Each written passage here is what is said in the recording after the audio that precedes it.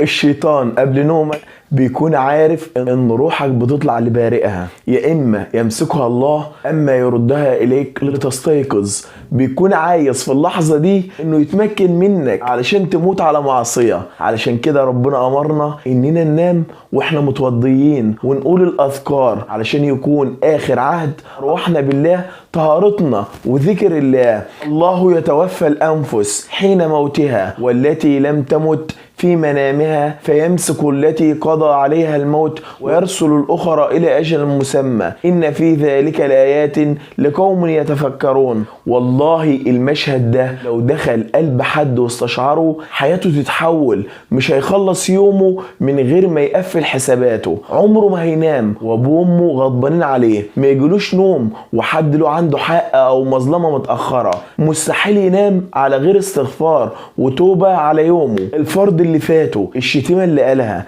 الغيبة، النميمة، النظر الحرام، الكام دقيقة اللي قبل ما ينام هيتحولوا من شخص ماسك تليفونه بيقلب في اي حاجة لغاية ما ينام هتتحول لحساب مع نفسه، دعاء واستغفار واذكار النوم. ما هو يمكن الليلة دي اكون من الناس اللي ربنا قضى عليها الموت، وتاني يوم لما يصحى يقدر نعمة ربنا انه امد في عمره واعطاه فرصة تانية للتغيير. ساعتها دعاء الاستيقاظ هيبقى ليه طعم تاني. الحمد لله الذي احيانا بعد ما اماتنا واليه النشور.